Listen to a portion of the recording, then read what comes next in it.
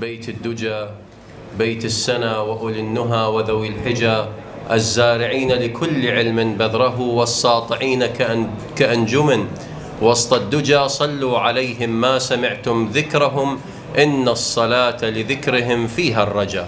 اللهم صل على محمد وآل محمد. السلام عليكم أيها الإخوة الحاضرين جميعا، الحاضرون جميعا، ورحمة الله تعالى وبركاته. من فيوضات الدين الإسلامي الحنيف ونعمة أهل البيت صلوات الله عليهم أن نجتمع في هذه الليلة لنهنئكم أولا بهذا اليوم العظيم، ويوم غد أيضا، ذكرى المباهلة والإطعام والتصدق بالخاتم. فهذه نعمة عظيمة أوصلتنا إلى عاشوراء، أوصلتنا إلى ثورة الحسين. كل هذه النعم ممهدة ومثبتة للثورة الخالدة، الثورة الحسينية، التي نجلس لنستعد لها كلوعة وكبكاء وكرثاء وكعزاء، ونستعد لها أيضا كعبرة وكمنهج وكخط وطريق نسير عليه في طريق الله سبحانه وتعالى، سيما وأن الحسين عليه السلام قد ألهم غير المسلمين، فكيف بالمسلمين؟ قد ألهم عامة المسلمين، فكيف بشيعة أهل البيت؟ فكيف بمن يجتمعون لإحياء ذكرى الحسين صلوات الله عليه؟ فبورك لشيعته صلوات الله عليه هذا الاجتماع الذي يخط النهج، فالحسين منهج كما قلنا، وقد قال له الجواهري: فيا أيها الوتر في الخالدين فذا إلى الآن لم يشفعي، ويا عظة الطامحين العظام للاهين في غدهم قنعي، تعاليت من مفزع للحتوف وبورك قبرك من مفزعي، وقفت بقبرك وطفت بقبرك طوف الخيال بصومعة الملهم المبدع، كأن يدا من وراء الضريح حمراء مبتورة الإصبع تمد إلى عالم بالخنوع والضيم ذي شرق مترع. ماذا تفعل؟ لتبدل منه جديب الضمير بآخر معشوشب ممرع. فسيدي يا أبا عبد الله أفض علينا لتبدل منا جديب الضمير بآخر أخضر معشوشب ممرع، بدمعة نسكبها في مجلسك في أيامك المباركة. لا أطيل، وقد أطلت في حضرة أستاذنا وسيدنا سماحة الدكتور السيد إحسان الجزائري، فليتفضل مشفوعا بالصلاة على محمد وآل محمد. أعوذ بالله السميع العليم من الشيطان اللعين الرجيم. بسم الله الرحمن الرحيم. الحمد لله رب العالمين، والصلاة والسلام على أشرف الخلق محمد وآله الطيبين الطاهرين. اللهم صل على محمد وآل محمد. واللعنة الدائمة على أعدائهم، أعداء الدين، من أول الخلق إلى قيام يوم الدين. السلام عليك يا أبا عبد الله، وعلى الأرواح التي حلت بفنائك. عليك مني سلام الله أبدا ما بقيت وبقي الليل والنهار، ولا جعله الله آخر العهد مني لزيارتكم. السلام على الحسين وعلى علي بن الحسين وعلى أولاد الحسين وعلى أصحاب الحسين. السلام عليكم أخوتي أبنائي الكرام ورحمة الله وبركاته، وأسعد الله أيامنا وأيامكم بهذه الأيام المباركة، أيام الولاية، ونبارك لكم لاجتماعنا في هذا المكان المبارك ولذكر من أعظم الشخصيات المباركة التي بارك الله تبارك وتعالى في وجودها في كل العوالم، ألا وهو وجود سيد الشهداء الإمام الحسين صلوات الله وسلامه عليه. أي بركة وأي سعادة أن نجتمع في بيت من بيوت الله ونحن نستقبل أيام أعظم شخصية، وهي شخصية سيد الشهداء صلوات الله وسلامه عليه. حقيقة قبل أن أبدأ بالموضوع، موضوع الندوة والمحاضرة، أبارك لكم هذا التجمع المبارك الشبابي، وأبارك لكم هذه الأفكار الواعية التي تنم عن وعيكم وعن حبكم لإمامكم سيد الشهداء صلوات الله وسلامه عليه. فنسأل الله تبارك وتعالى أن يشملنا وإياكم وجميع الحاضرين والمؤسسين لشفاعة الحسين، وأن يجعلنا وإياكم أنه من الوجهاء بالحسين صلوات الله عليه في الدنيا والآخرة. موضوعنا في هذه الليلة ينصب حول كيف نستقبل شهر محرم الحرام. كما تعلمون أنه كلما كانت المناسبة عظيمة، هذه المناسبة تستحق الاستقبال، وهذا الاستقبال يتناسب مع عظم هذه المناسبة. أنت عندما احنا قاعد نعيش هذه الأيام، أيام عودة الحجاج من بيت الله تبارك وتعالى، نرى البعض منا ربما يذهب إلى الحاج بعد أسبوع، بعد 5 أيام، حسب فرغته وفرغة الحاج، يقول على ما يرتاح الحاج، على ما أنا يصير عندي مجال حتى أروح. ومرة لا، لحبه وارتباطه بهذا الحاج أنه شنو يقول أنا أتمنى أكون أول واحد شنو أبارك له. والبعض منهم لا، أنه يقول أنا لازم أروح للمطار واستقبله بالمطار، واضح، يكون آخر واحد يودعه وأول واحد يستقبله. هذا إن كان يدل فإنما يدل على أكو فد علاقة وارتباط قوي بمن؟ بهذه الشخصية، واضح ولا؟ فكلما كان ارتباطك بالشخصية ارتباط عميق وقوي، تكون الاستقبال شنو؟ استقبال قوي، استقبال بحرارة. ولذلك مما ورد أنه شوف العلاقة بين الزهراء صلوات الله وسلامه عليها والرسول صلى الله عليه وآله. فكما يقول المؤرخون، يقول آخر عندما يريد يسافر آخر شخص يودعه شنو؟ الزهراء، وعندما يعود أول شخص يستقبل الرسول هي الزهراء صلوات، لعمق العلاقة بين الزهراء والرسول الأكرم صلوات الله وسلامه عليه. فهذه القضية، قضية الاستقبال لمثل هذه المناسبات العظيمة، مثل استقبال شهر رمضان المبارك واستقبال هذه المناسبة العظيمة، مناسبة شهر محرم الحرام. بعد هذه المقدمة، رب سائل يسأل أنه ما هي أنواع الاستقبال التي لا بد أن نستقبل بها هذا الشهر، شهر محرم الحرام. أنا جمعت 5 مصادق من مصادق الاستقبال، و5 أنحاء من أنحاء الاستقبال، حتى أنه يكون الاستقبال شامل من كل النواحي. لأنه في بعض الأحيان حتى لو نعيد مثلا مرة تروح تستقبل هذا العزيز عليك، ولكن ملابسك ما مناسبة، كلماتك ما مناسبة، هيئتك ما مناسبة، واضح؟ فلا بد تكون تجمع كل أخلاقيات الاستقبال، حتى غرضك أن تدخل أعظم ما يمكن من السرور على قلب من تستقبله. زين. النحو الأول من أنحاء الاستقبال هو الاستقبال العقائدي والمعرفي. أنا قبل ما يجيني شهر محرم الحرام، شنو فكرتي العقائدية والمعرفية عن الحسين سلام الله عليه، وعما جرى له وما جرى عليه ونهضته المقدسة. هذه شيء مهم جدا. لماذا؟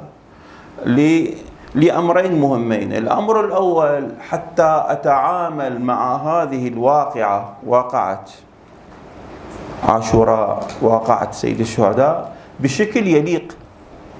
فإذا لم أعرف هذه الواقعة معرفة واضح صحيحة أو متكاملة، ربما أتعامل معه تعامل سطحي. وهذا التعامل السطحي، يعني نتكلم بصراحة، في ظل هذه الشبهات وهذه التحديات ربما ما يبقى لنا شيء معين. ربما نخرج من أيام عاشوراء ونحن ربما لنا نتاج من هذه المواسم وهذه المجالس إلا شيء يسير جدا.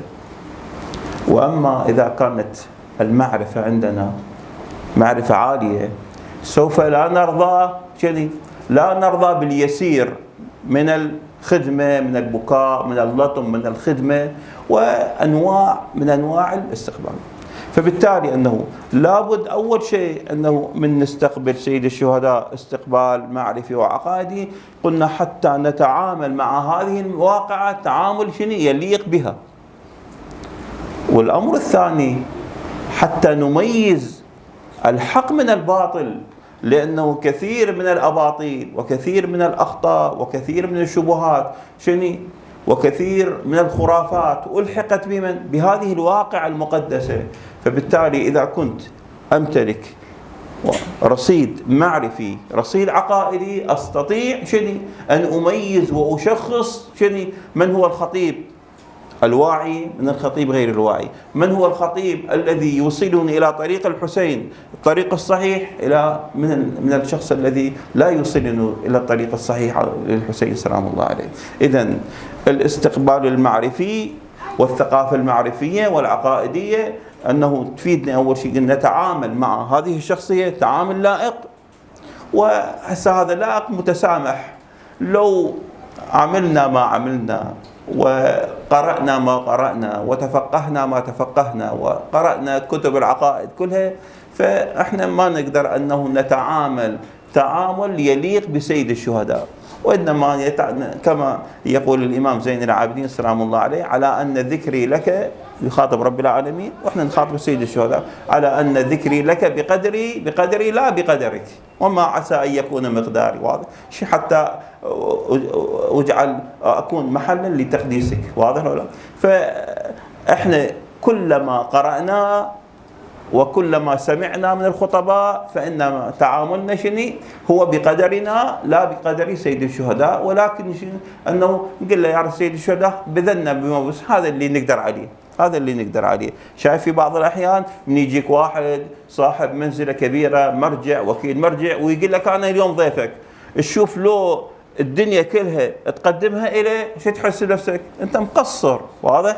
لأنه بمجرد أنه إجاك، واضح، واستضافك، هذا أعظم تكريم ما له تكريم. فكذلك أنه الارتباط بسيد الشهداء، البكاء على سيد الشهداء، خدمة سيد الشهداء، هذا شرف وتكريم لا يمكن أن يوصف. فبالتالي التعامل معه حقيقة هذا يليق بنا لا يليق به صلوات الله وسلامه عليه. إذن وقلنا القسم الثاني من فائدة أنه التعبئة المعرفية والاستقبال المعرفة والعقائدي، حتى نميز ما هو الغث من السمين، ما هو الحق من الباطل، ما هو الصحيح من الخطأ الذي ألصق بشعائر سيد الشهداء، بأهداف سيد الشهداء، ببعض الوقائع التاريخية التي ربما بعضها أصابها التشكيك والبعض منها ألحقت بهذه الواقعة المباركة. إذن الجانب الاستقبال المعرفي، هسه واحد يسأل يقول شلون يصير عندي استقبال معرفي؟ لابد أقرأ. عندنا ما شاء الله كتب عقائدية وأتمنى أنه إذا أردت أن تقرأ عن كتب، اختر كتب ألفت من قبل علماء ومراجع. واضح؟ مثل فاجعة الطف مثلا السيد محمد سعيد الحكيم، رضوان الله عليه.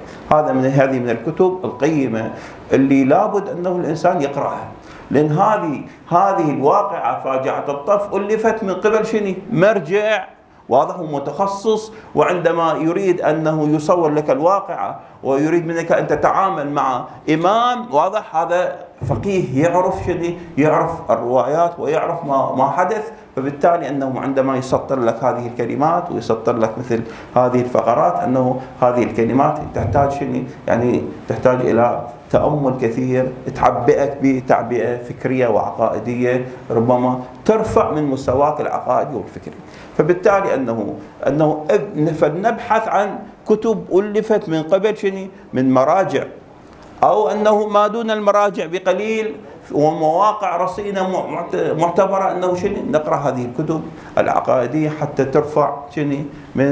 من خزيننا المعرفي، وحتى تكون عندنا استقبال معرفي وعقائدي بشكل مناسب. هذه الاستقبال الأول هو الاستقبال المعرفي والعقائدي. صلوا على محمد وآل محمد. اللهم صل على محمد وآل محمد. الاستقبال الثاني هو الاستقبال الفكري والنهضوي إن صح التعبير، أن نفهم أهداف ثورة سيد الشهداء سلام الله عليه، وهل هذه الأهداف نستطيع أن نحقق جزء منها لو ما نقدر نستطيع. أنا أنقل لك هذه الرواية، طبعا هاي الرواية قليل ما يعني نتداولها، تتداول على ألسن الناس، أنه صلوات الله وسلامه عليه، أنه كيف ما هو الغرض من خروجه صلوات الله وسلامه عليه الإمام صلى الله عليه وسلم. طبعا إذا أردت أن تعرف أهداف سيد الشهداء، أنه لابد أن تقرأ خطابات سيد الشهداء من أول خروجه واضح من مكة، واضح مدينة ومكة وإلى كربلاء. هذه الخطابات إذا تجمعها أنه شنو تقدر تخرج بحصيلة أنه تعرف ما هي أهداف سيد الشهداء عندما خرج وقطع هذه المسافات الطويلة فأريد أذكر لك هذه الرواية. صلوا على محمد وآل محمد. اللهم صل على محمد.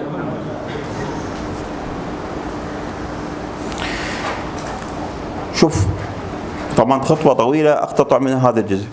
يقول اللهم، طبعا كلكم انتم سامعين انه ما خرجت اشرا ولا بطرا، هذه بما انه منتشر انه ما اريد ذكره، ولكن اريد اسلط الضوء على بعض المقاطع اللي قليل ما تذكر. قال اللهم انك تعلم انه لم يكن ما كان منا تنافسا في سلطان. هذا يرد لك في شبهه معينه، يقول لك الحسين خرج شنو؟ خرج لاجل سلطان وسلطان. اللهم إنك تعلم أنه لم يكن ما كان منا تنافسا في سلطان ولا التماسا من فضول الحطام، حطام الدنيا وين، ولكن لنري المعالم من دينك. معالم دينك يا ربي أصبحت شنو؟ مندثرة، ما حد يعرفها. لنري المعالم من دينك ونظهر الإصلاح في بلادك بعد، ويأمن المظلومون من عبادك. المظلومون واضح ليس في أمان، في قتل، في تشريد، واضح ما حد، فهنا نريد نحقق الأمان. ويأمن المظلومون من عبادك ويعمل بفرائضك وسننك وأحكامك. هذه أهداف. احنا ايش قد عندنا قرب من هذه الأهداف؟ إذا ما عندنا حرقة لأجل الدين، شلون تكون غايتنا نحقق أحكام الله تبارك وتعالى؟ ولذلك أعظم هدف، وهذا الهدف الكل يستطيع أن يحققه على الأقل في دائرة بيته، في دائرة نفسه. اسأل نفسك بينك وبين الله، الدين ايش قد يمثل لك عظمة في وجودك وفي حياتك. ايش قد الدين دين الله، دينك عزيز، ايش قد قادر أن تضحي لأجل دينك. إذا ارتكبت معصية ايش قد تشعر أنه بالندم والخسران، واضح ولا لا؟ إذا ما توفقت إلى طاعة بسبب إهمال وتكاسل ايش قد تتأذى، ايش قد تتألم، واضح ولا لا؟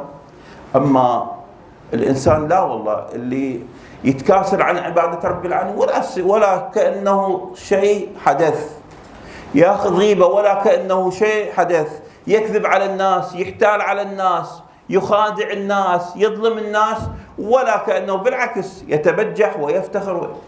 هذا بعيد كل البعد، واضح؟ فأنت إذا تريد أن تحقق في دائرة صغيرة أهداف سيد الشهداء، أول شيء إذا أردت أن يكون تعلي كلمة الله في المجتمع، أن لا يكون غرضك تنافسيا حتى الناس حتى تحصل مقعد معين، ولا لحطام الدنيا حتى الناس تمدحك، ولا واضح، وحتى تظهر المعالم من دين الله تبارك وتعالى. ايش قد الآن معالم من دين الله، ايش قد اكو معاصي قاعد تمارس الآن نتيجة استمرار ممارسة هذه المعاصي، أصبحت أنه غير معصية، فالشيء طبيعي. أنا أنقل لك في قضيتين أو 3 قضايا. القضية الأولى أنه الآن قبل أنه البنت ما كانت تلبس بنطلون مثلا، أما الآن وهذا حتى البعض الذين يحضرون الحسينيات والمجالس قاعد يطلع بنته بنطلون. انتشر هذا الملبس، قال هذا في الشيء بعد مو حرام.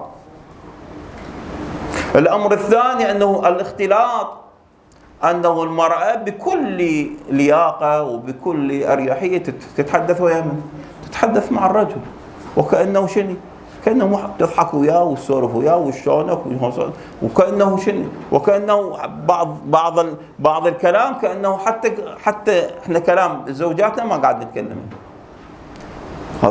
هذا موجود لا ما موجود. والأمر الثالث لقمة الحرام اللي انتشرت في المجتمع. يهو اللي قاعد يتقن عمله يا أخوان، ذاك من ذاك اللي قاعد يتقن عمله. ولذلك هذه مشاكل كبيرة قاعد نشوفها في المجتمع. فعلى الأقل أنه خلينا نعيش وإحنا في أيام سيد الشهداء سلام الله عليه، أنه هذه القضايا أنه من أهداف سيد الشهداء سلام الله عليه، أنه ولكن لنري المعالم من دينك ونظهر الإصلاح في بلادك ويأمن المظلومون من عبادك ويعمل بفرائضك وسننك وأحكامك. هذا الاستعداد والاستقبال النهضة والفكرة عن سيد الشهداء، هذا فالشيء مهم جدا. هذا فالشيء يعيد هيبة النهضة الحسينية يا أخوان للأجيال.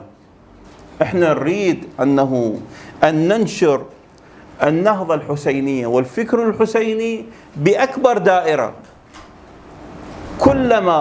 كلما اجينا ودرسنا أهداف سيد الشهداء التي من أجلها خرج وبدينا نحقق جزء منها، حقيقة راح نقدر نستقطب أكثر قدر من الناس راح تشعر صحيح أنهم مشروع هذه مشاريع سيد الشهداء ومشاريع شهر محرم والمجالس الحسينية هي مجالس أخرجت من أرض التنظير إلى أرض التطبيق. والآن احنا نحتاج هذه القضية. الاستقبال الثالث وهو الاستقبال التربوي والسلوكي. يعني كثير من الناس لا يعرف منه أنه حسيني إلا عن طريق ملابسه سود.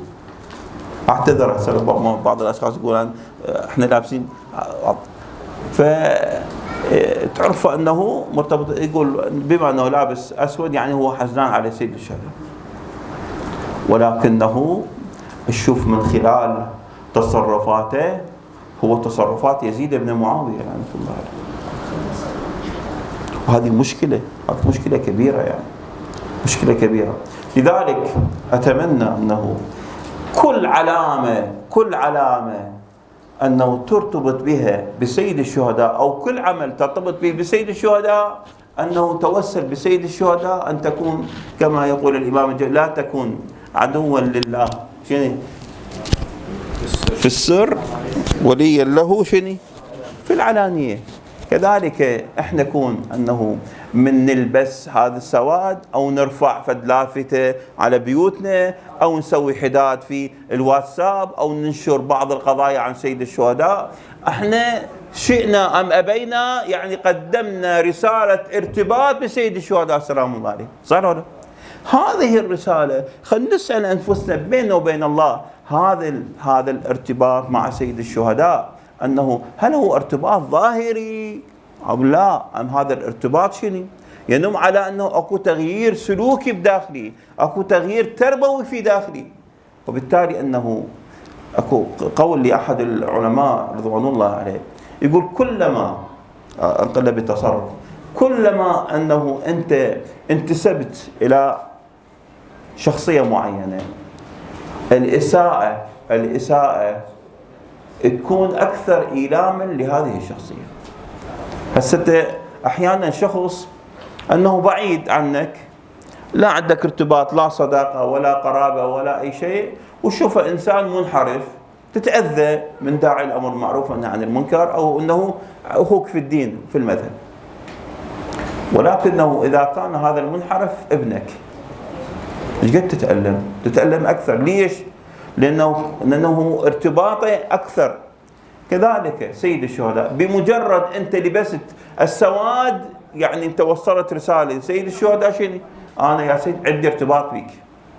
بمجرد أنه خليت ثواب ووزعت هريس، وزعت حلاوة إلى بيت جيرانكم، أو بالشارع حطيتك فد منضدة واضح له لا، ووزعت شاي ووزعت ماي، شنو كأنه توصل رسالة أنه يا أيها الناس أنا عندي أكو فد رابطة بيني وبين من؟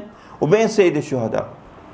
فلا بد أن تكون من جهة أخرى أنه تسأل نفسك أنه هذا العمل هل قاد إلى أنه غيرت من سلوكي، هجرت معاصي، طورت من طاعتي لو لا، أم لا المعاصي بقيت كما هي واضح، الطاعة بقيت أنه خافتة ومنخفضة في مستواها المعرفي والدولة.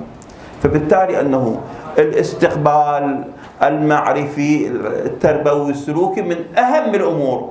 أنا دائما أذكر هذا الحديث. إحنا من الأمور التي موجودة في زيارة عاشوراء دائما نرفع شعار، وأشوف حتى كثير من الحسينيات من نقرأ هذه العبارات الكل ينطق بهذه العبارة: إني سلم لمن سالمكم، وحرب لمن حاربكم، وعدو لمن عاداكم، وولي لمن والاكم. سامعين هذا المقطع؟ هذا أنه سلم، أنا سلم لمن سالم أهل البيت، وحرب لمن حارب أهل البيت. هذه ألفاظ الإمام يريد من عندنا نتلفظ، لو يريد من عندنا موقف، هذا الموقف يجسد حقيقة ما أقوله. واضح ولا؟ فورد عن الأمير سلام الله عليه: إن ولينا من أطاع الله وإن بعدت لحمته، وإن عدونا من عصى الله وإن قربت لحمته. فكلما أردت أن أعصي وأنا لابس السواد وأنا قدام المنضدة أوزع ماي، شنو أتذكر أنه هذا الحديث، لأنه هاي المعصية تنقلني من دائرة ولاية أهل البيت إلى دائرة عداوتهم، من دائرة المسالمة لأهل البيت إلى دائرة شنو؟ العداوة لأهل البيت صلوات الله.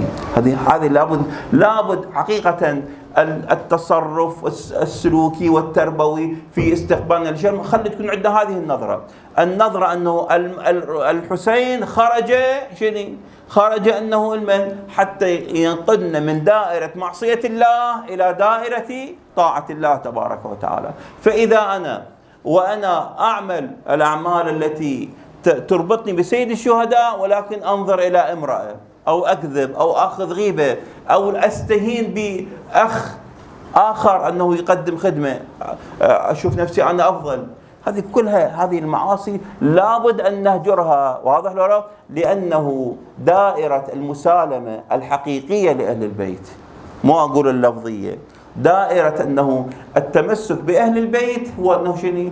الالتزام بشرع الله تبارك وتعالى، الالتزام بطاعة الله والابتعاد عن معاصي الله تبارك وتعالى. هذا أمر مهم جدا لابد أنه ننتبه له. صلوا على محمد وآل محمد. اللهم صل على محمد وآل محمد. الاستقبال الرابع من أنحاء الاستقبال، وهذا الاستقبال مهم جدا، هو الاستقبال الخدمي أو الخدمي لأهل البيت سلام الله. شنو استعداداتي لخدمة سيد الشهداء؟ بعض الناس يقول والله أنا أخلي موكب، بعض الناس يقول أنا شاعر، بعض الناس يقول والله أنا أشتري لي ذبيحة وبيوم 7 أذبح أو بيوم 10 أذبح، صح ولا؟ بعض الناس يقول لا أنا أحضر مجالس سيد الشهداء، بعض الناس يقول لا أنا يومين أقرأ زيارة عاشوراء. هذه كلها خدمة لسيد الشهداء، ولكنه ما هو الأفضل؟ شلون احنا نرتقي بمستوى خدمتنا؟ شلون نكون من أقرب الناس نتيجة خدمته بسيد الشهداء؟ أنا أركز على 3 نقاط جوهرية ومهمة. النقطة الأولى، لا تجعل لك سقفا محددا في خدمتك لسيد الشهداء. بعض الناس يقول أنا شاعر، كافي بعد شاعر أنه أطبخ، أساعد الزوار، وهذا لا ماكو. أكو قصة سمعتها من أحد العلماء أو قرأتها عفوا، يقول أحد العلماء يقول كنا بطريق المشاية كنت زيارة ال40، يقول وإذا واحد من العلماء الكبار يمشي وياي، يقول دخل إلى بيت الخلاء أجلكم الله بالطرق اللي موجودة، يقول وإذا هذا العالم تأخر هواي، رحت خفت شنو اللي صار؟ يقول شفته محزم وينظف التواليتات، واضح؟ كله شفتها انه مو نظيفه واريد اخدم ايضا. شوف تواضع في خدمه سيد الشهداء. بعض الناس يقول لك لا والله انا خطيب، شنو اوزع شاي، شنو اوزع ماء، شنو، واضح؟ واذا بهذا العالم الكبير بيديه الكريمتين وينظف شنو؟ ينظف أنه. فبالتالي انه مثلا انت تجي مثلا حسينيه، هاي الحسينيه فيها شنو؟ فيها مجلس، ودخلت الى بيت التواليت اجركم الله وشفت المكان مو نظيف، واضح؟ حاول تنظف وتقول له هذا تقربا لسيد الشهداء. ثق كل خدمه انه تشوفها حقيره في عينك ربما هي عظيمه في عين سيد الشهداء. لماذا؟ لان المخدوم عظيم. فأول قضية حتى ترتقي في خدمتك لسيد الشهداء أنه لا تخلي لك سقف محدد، واضح ولا؟ اخدم بمالك، بوجاهتك، بعلمك، بقلمك، واضح؟ ببدنك، بأولادك، بكل ما تملك لسيد الشهداء سلام الله عليه. أما أن تضع لك سقفا محددا وتقول أنا كافي هذا الأقدر، فهذه خسارة في طريق خدمة سيد الشهداء. حتى نكون مميزين ونكون استقبالنا للخدمي لسيد الشهداء أنه في أعلى مستويات، أول شيء لا تحدد لك سقف معين، والأمر الثاني لا تستهين بأي خدمة أنه تراها من الغير. بعض الناس ربما أنت الله موفقك أنه موكبك مثلا يوزع مطبق لحم، ولكن اللي قبالك يومين يوزع شوربة مثلا. لا تقول حتى بداخل نفسك، لا تقول أنا أفضل من عنده، واضح ولا؟ وادعو للجميع، قل له يا ربي، واضح؟ يا ربي وفق الجميع، وفقنا جميعا لخدمة سيد الشهداء. فحتى هاجس بداخله انك حتى لو بعض الناس شو يقول الله انا موفقني اخطيه، ربما هو يطبخ له جدر صغير ما حد يمر عليه، انت تطبخ لك وربما الناس ازدحام عليه وهو ما عليه، ربما شنو هو ينقهر، انت روح واسيه قل له ما ربما يقول لك عنده شو الناس ما قاعد تجيني، ارفع معنوياته. ثق هذا العمل عظيم عند الله تبارك وتعالى. او اجعل جزء من جدرك، ليش انت توزع؟ واضح، سوي جدرين، جدر انه الك وجدر اليه، وخليه تدخل عليه الفرحه، لانه ربما ليش انه الا باسمك يوزع شنو ثواب سيد الشهداء. فهذا الامر الثاني انه الاستقبال الخدمي لسيد الشهداء، انه شنو لا تستهين باي خدمه تقدم من شخص اخر. الأمر الثالث، إذا توفقت لخدمة سيد الشهداء من جميع النواحي فعش التقصير التام أمام سيد الشهداء. لا تحس نفسك مسوي شيء أمام سيد الشهداء. بعض الناس يحس نفسه أنه من يشوف نفسه الناس تمدحه وهنيئا لك أبو فلان وما شاء الله كل هالناس تحلف بالموكب مالك وكل هالناس تمدح بالموكب مالك، أنه شو يحس نفسه؟ يحس نفسه هو على شيء، هو قدم شيء لسيد الشهداء، شاف إلى قيمة أمام سيد الشهداء، وهذه مشكلة كبيرة. واضح، هذه مشكلة كبيرة جدا. فبالتالي أنه لو عملت ما عملت، واضح، قدمت كل ما تملك أنه في خدمة سيد الشهداء، اعلم أنه قل له يا سيد الشهداء هذا كله لولا نظرتك يا سيد الشهداء، لولا أنه توفيقك يا سيد الشهداء، لولا أنه أنت الواسطة بينه وبين الله، أنا ما توفقت أنه حتى أوزع قلاص ماي. هذا هذا الأمر الثالث هو الرابع، العفو، الاستقبال الخدمي لسيد الشهداء. الاستقبال الأخير هو الاستقبال العاطفي والشعائري. لا ننسى أن لواقعة الطف، لفجيعة الطف، أمر عاطفي، وعن طريق هذا الأمر العاطفي بقيت مسيرة الحسين إلى الآن. أحد عوامل القوة في قضية سيد الشهداء قضية البكاء والعاطفة. لذلك أهل البيت أكدوا على الجانب العاطفي تأكيد عجيب غريب.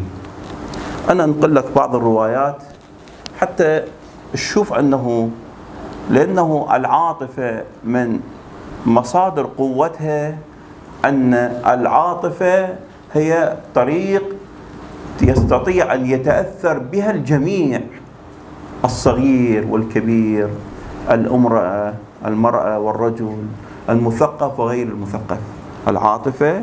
ولذلك أنه حتى الآن الغرب إذا قاعد يشوفون شلون بدأوا يقنعون الناس ويأثرون بالناس عن طريق العاطفة.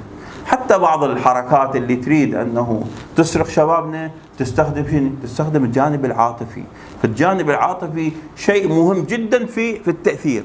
فبالتالي أنه الإنسان، بعض الناس مع كل الأسف تشوف أنه في جانب المعرفي ما حد يلحقه، بس عندما يقرأ الخطيب من البداية إلى النهاية يشوفه ما يتأثر. هاي خسارة كبيرة. هذه اكو فد خلل في تركيبته الحسينية، إن صح التعبير. شخصيته الحسينية غير متكاملة ومشوهة. لذلك الإنسان إذا شاف نفسه أنه ما بكى على سيد الشهداء، أهل البيت علمونا يقول إذا أنه أنت ما بكيت فتباكى. حاول أنه هسه مو تباكى حتى الناس تشوفك، واضح، أنت حاول أنه تثير عندك البكاء على سيد الشهداء سلام الله عليه. وحقيقة واحد من يجي يتبع أنه أحاديث أهل البيت ويتبع أنه هذه، أتمنى أنه تنتشر قضية ثقافة زيارة الناحية. زيارة الناحية عبارة عن مقتل لسيد الشهداء سلام الله عليه. وإن شاء الله راح نختم إحنا محاضرتنا ببعض المقاطع من زيارة الناحية المقدسة. فأتمنى أنه حاول أنه تقول خلال هذه العشرة المحرم أنه أقرأها مرة واحدة، هسه في يوم التاسع، في أنه شوف إمامكم كيف هو مفجوع بجده الحسين سلام الله عليه، لأنه المواساة هو الإمامنا الحجة المنتظر عجل الله تعالى فرجه الشريف. فأنا أنقل بعض الأحاديث اللي تنم على أهمية الجانب المعرفي، الجانب البكائي اللي لابد، العاطفي اللي لابد نتعامل فيه مع سيد الشهداء. صلوا على محمد وآل محمد. اللهم صل على محمد. الحديث الأول الذي ورد عن أهل البيت سلام الله عليهم عن الإمام أبي عبد الله الصادق عليه السلام قال: قال الحسين بن علي عليه السلام: أنا قتيل العبرة، قتلت مكروبا، وحقيق على الله ألا يأتيني مكروب قط إلا رده الله إلى أهله مسرورا. اللهم صل على محمد وآل محمد. وعن الربيع بن المنذر عن أبيه عن الحسين بن علي عليه السلام قال: ما من عبد قطرت عيناه فينا قطرة أو دمعت عيناه فينا دمعة إلا بوأه الله بها في الجنة حقبا. اللهم صل على محمد وآل محمد. وكذلك ورد أنه يا فاطمة يظهر عن النبي صلى الله عليه وآله: كل عين باكية يوم القيامة إلا عين بكت على مصاب الحسين فإنها ضاحكة مستبشرة بنعيم الجنة. اللهم صل على محمد وآل محمد. الحديث الأخير وأختم كلامي حتى أختم كلامي ببعض مقاطع زيارة الناحية. عن أبي عمار المنشد عن أبي عبد الله قال لي: يا أبا عمارة أو عمارة أنشدني في الحسين بن علي. قال: فأنشدته فبكى، ثم أنشدته فبكى. قال: فوالله ما زلت أنشده ويبكي حتى سمعت البكاء من الدار. فقال عليه السلام: يا أبا عمارة، من أنشد في الحسين بن علي شعرا فأبكى 50 فله الجنة، ومن أنشد في الحسين شعرا فأبكى 30 فله الجنة، ومن أنشد في الحسين شعرا فأبكى 20 فله الجنة. إلى أن بقى الإمام يقلل العدد، واضح، إلى أن قال: ومن أنشد في الحسين شعرا فتباكى، حتى مو بوحده، يقول فتباكى شنو فله الجنة. صلوا على محمد وآل محمد. اللهم صل على محمد وآل محمد. كيف لا نتباكى وإمامكم صاحب العصر والزمان يعلمنا كيف نسلم على الحسين؟ وهسه بالزيارات، زيارة وارث نقول له: السلام عليك يا وارث آدم، واضح لو لا؟ السلام عليك يا وارث نوح، يا وارث إبراهيم، السلام عليك يا ابن محمد المصطفى، السلام عليك يا ابن علي المرتضى. ولكن إمامكم الحجة لا، يسلم بنوع آخر على جده، يقول: السلام على المرمل بالدماء، واضح، دماء رمل كان جسده. السلام على المهتوك الخباء، السلام على غريب الغرباء، السلام على قتيل الأدعياء، السلام على من بكته ملائكة السماء، السلام على الجيوب المضرجات، السلام على الشفاه الذابلات، السلام على الأرواح المختلسات، السلام على الأجساد العاريات، السلام على الجسوم الشاحبات، السلام على الدماء السائلات، السلام على الأعضاء المقطعات، السلام على الرؤوس المشالات. هذا السلام مفجع لكل غيور. السلام على النسوة البارزات إلى أن يقول السلام على القتيل المظلوم، السلام على الرضيع الصغير، السلام على الأبدان السليبة، السلام على المجدلين في الفلوات، السلام على النازحين عن الأوطان، السلام على المدفونين بلا أكفان، السلام على الرؤوس المفرقة عن الأبدان، السلام على المحتسب الصابر، السلام على المظلوم بلا ناصر.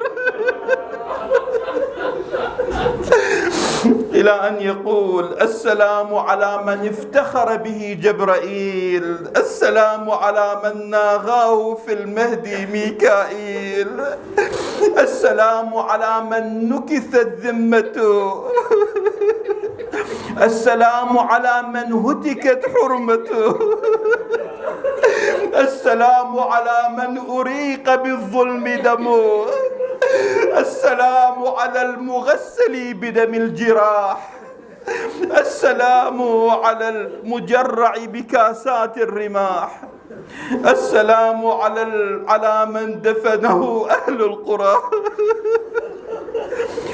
شوف بعدين الإمام شبين عجيب عجيب، يعني هذه آخر شيء يختمها الإمام سلام الله عليه، موقف الرسول من قتل الحسين. ربما هذا قليل ما يذكر في المنابر. شوف شو يقول صلوات الله وسلامه. صلوا على محمد وآل محمد.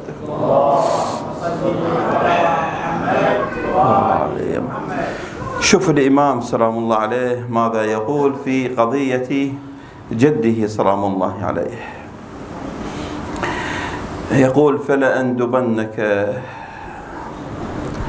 فلئن أخرتني الدهور وعاقني عن نصرك المقدور، ولم أكن لمن حاربك محاربا ولمن نصب لك العداوة مناصبا، فلأندبنك.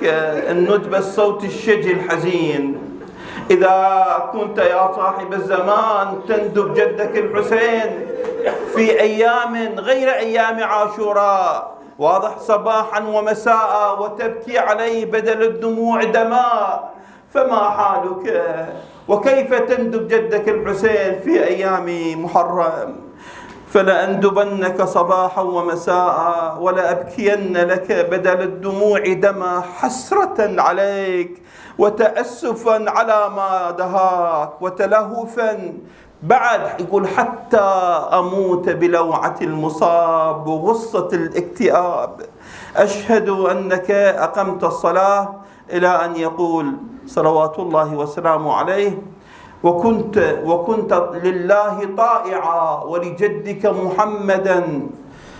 ولجدك محمد صلى الله عليه وآله تابعا، ولقول أبيك سامعا، وإلى وصية أخيك مسارعا، إلى أن يقول صلوات الله وسلامه عليه. طبعا هذه فيها تكملة، ولكنه أنا ظهر ما موجودة محضرة فيه، فلكن اللي يريد يتابع يشوف حتى موقف الإمام يشرح موقف الرسول من قتل الحسين وموقف الزهراء صلوات الله وسلامه عليها. صلوا على محمد وآل محمد. أحسن الله عليك.